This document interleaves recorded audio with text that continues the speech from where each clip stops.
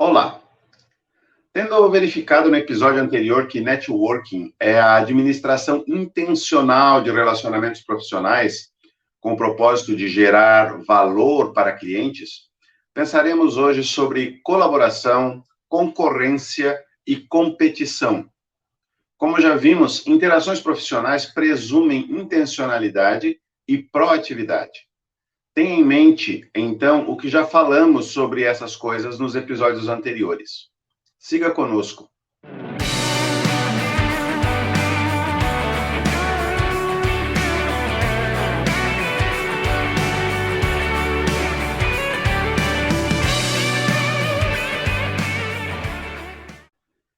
As 3 palavras de ouro do relacionamento profissional, do networking, são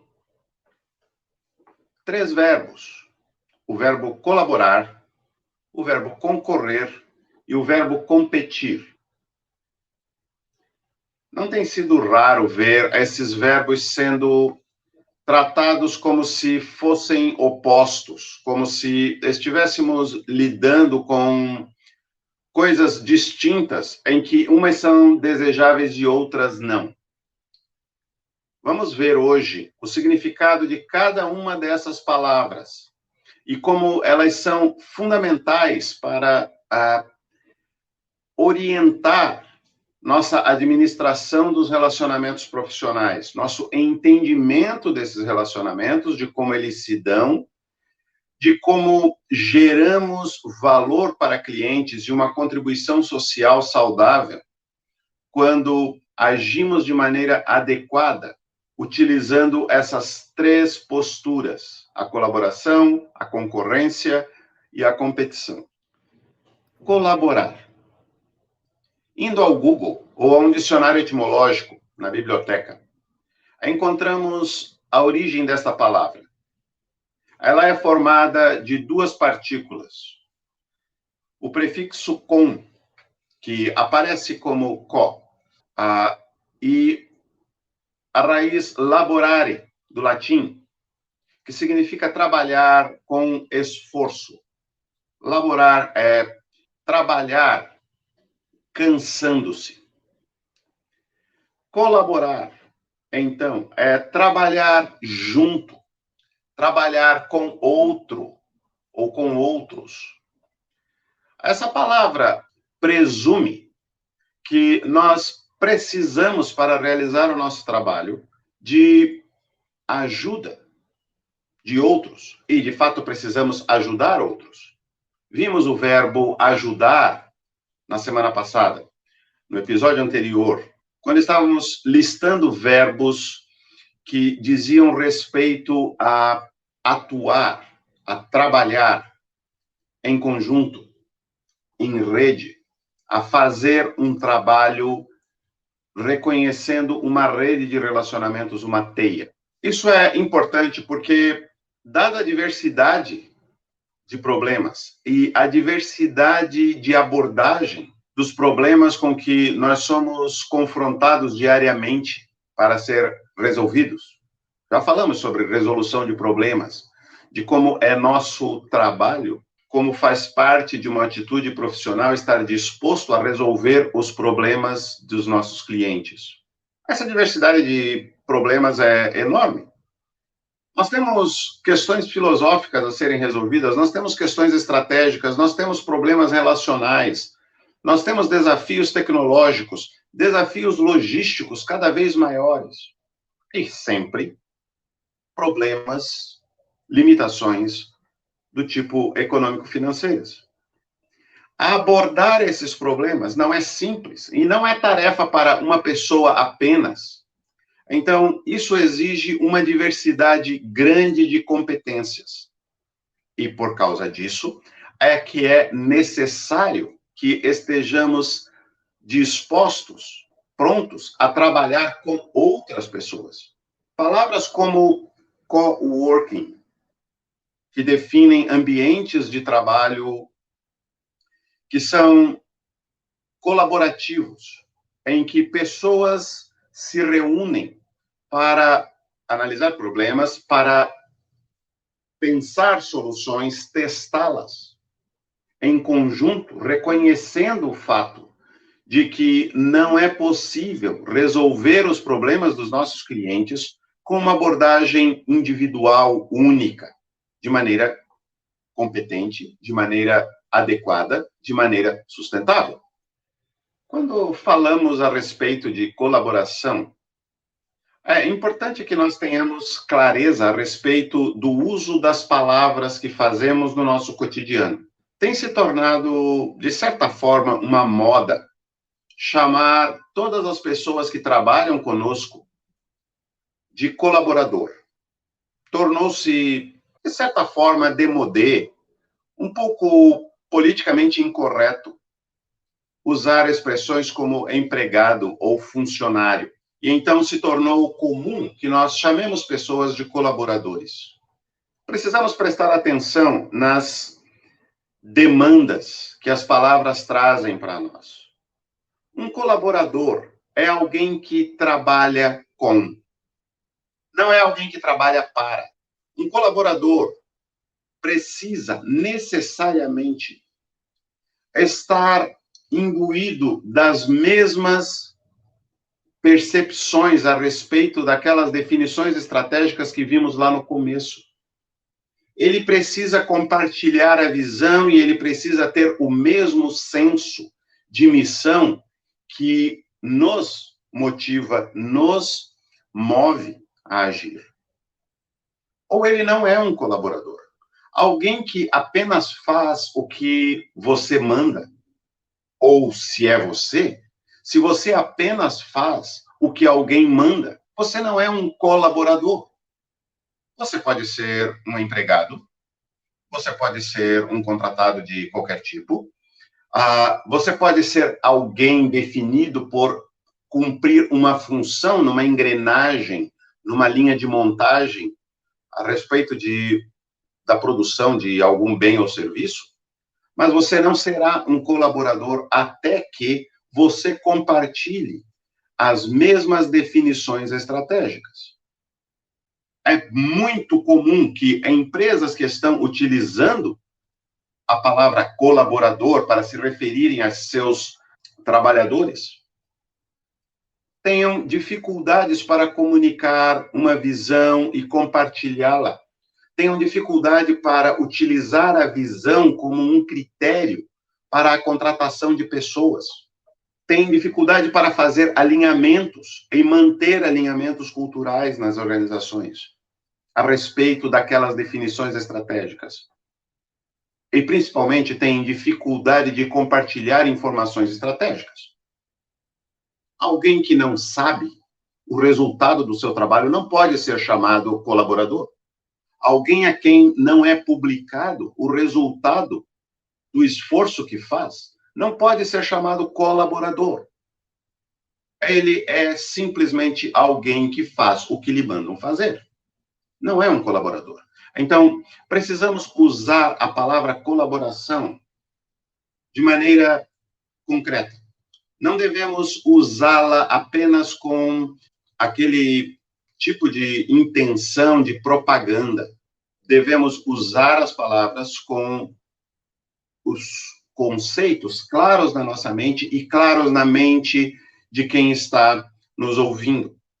Colaborador, então, é alguém que está imbuído da mesma visão, que compartilha a mesma visão, que percebe a si mesmo como tendo uma missão em relação àquela visão de futuro, à criação daquela visão de futuro. E então ele será um colaborador. Não importa que tipo de contrato o relaciona com você ou com a sua organização. Não importa que tipo de contrato relaciona você com uma determinada organização ou com outros profissionais. Pode ser um contrato CLT, pode ser uma relação de prestação de serviço autônoma, pode ser qualquer tipo de contrato, mas colaboração. Colaboração implica compromisso com uma mesma visão compartilhada. Compromisso com o mesmo senso de missão. Compromisso com a geração de valor para um cliente que é comum. segundo verbo fundamental ao conceito de networking, de relacionamento em rede para fazer um determinado trabalho, para gerar valor para clientes, é o verbo concorrer. Assim como o outro verbo que vamos ver ainda hoje. Poucos verbos têm sido tão mal compreendidos. Uma busca pela etimologia, pela origem da palavra, nos ajuda a compreender e valorizar essa ação, a ação de concorrer. Significa, basicamente, correr juntos. A primeira coisa que me vem à mente, a primeira imagem que me vem à mente é a da maratona.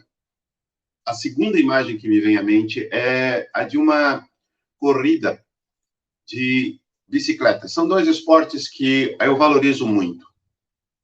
Gosto de vê-los, gosto de apreciar. Mas há outros. Correr junto, o significado da palavra concorrência. Por que é importante correr juntos ou perceber que o nosso trabalho é feito dentro de uma corrida? O que significa correr juntos? Concorrer. Essa palavra significa que nós precisamos perceber, estamos no mercado e estamos, vários de nós, desenvolvendo o nosso trabalho para gerar valor para o cliente, gerar uma contribuição social. Todos nós estamos imbuídos da mesma missão geral. Não fazemos todos a mesma coisa. Não contribuímos todos com as mesmas competências. Mas estamos correndo juntos para atingir objetivos que são comuns. Uma boa parte das pessoas, nós vamos detalhar isso daqui a pouquinho, tem dificuldades com o uso de concorrência, porque elas confundem isso. Elas ouvem a palavra concorrência e ouvem a palavra competição. Vamos ver o que significa a palavra competição. Competir é outra palavra de origem latina. O mesmo prefixo com, que significa estar junto, significa estar com. Mas petere, um verbo que significa disputar, procurar, inquirir, perguntar por, buscar, até orar, no sentido de buscar Deus, falar com Ele. A palavra competição tem a ver com reconhecer o fato de que estamos todos buscando resultados comuns. Quando nós pensamos em competição, precisamos ter clareza de que não estamos falando de briga de rua. Estamos falando de uma luta justa. Numa briga de torcidas no meio da rua, no centro de São Paulo, o resultado é morte. Mas quando dois times se enfrentam num estádio de futebol, aquilo é um ambiente para o desenvolvimento de competências, para alcançarmos resultados comuns, de interesse comum, e mais, para gerar valor para clientes. São coisas completamente diferentes. Encontrei esse texto na internet que diz: não vim ao mundo para competir com ninguém. Quem quer competir comigo perde seu tempo. Estou nesse mundo para competir comigo mesmo. Ultrapassar meus limites, vencer meus medos, lutar contra os meus defeitos, superar dificuldades, correr em busca dos meus objetivos. E tudo isso já me ocupa bastante tempo. Essa é a fala de alguém autocentrado. Alguém que nunca vai alcançar ou bater um recorde. Nunca vai contribuir para a melhoria de qualquer coisa para a sociedade. Ele está focado em si mesmo. Ninguém correndo sozinho na beira-mar de qualquer cidade ou numa avenida vai bater um recorde, vai aumentar aquela percepção comum a respeito das capacidades humanas. Em um ano, laboratórios competiram no mundo inteiro e bateram o recorde anterior, que era de 4 anos para apresentar uma vacina. Mas aquele recorde de 4 anos já era um recorde em relação a tempos anteriores. Quem fez isso foi a competição. Nós vimos isso. Às vezes não é algo bonito. Às vezes pessoas se perdem, tratam umas às outras mal. Há competidores que não são leais. Há gente que dá cotoveladas no camarada que está correndo ao seu lado. Nós já vimos cenas desagradáveis na Maratona de São Paulo, final do ano. Nós já vimos cenas desse tipo em muitos esportes, em muitas competições esportivas. Em todo lugar nós vamos encontrar quem não tenha caráter suficientemente bem desenvolvido para participar de uma competição de maneira leal. E no mercado, nós estamos cansados de ver aqueles que não gostam de competição, aqueles que procuram criar monopólios. Essas pessoas prejudicam, em vez de fazer uma contribuição social, elas retiram valor da sociedade. Em vez de gerar valor para os clientes, elas prejudicam os clientes. Mas, principalmente, esse tipo de comportamento nocivo, nós devemos perceber que ele não é competição. Competição implica lealdade, implica objetivos comuns, implica percepção de uma geração de valor e compromisso com a geração de valor para a sociedade, para o mercado, para os clientes. Competição é saudável porque nos motiva a fazer mais. Nos motiva a fazer mais com menos. A produtividade de que nós já falamos em episódios anteriores e que é a marca das sociedades muito desenvolvidas. Não basta reclamar de pobreza e dizer, eu estou aqui apenas para vencer a mim mesmo. É preciso cooperar, é preciso colaborar, é preciso correr junto, é preciso competir. Para que nós alcancemos valor maior, constantemente maior, a ser oferecido aos nossos clientes e à sociedade que deposita confiança nos profissionais, nos trabalhadores, nas organizações, nas empresas. Então, competir é concorrer com outrem na mesma pretensão.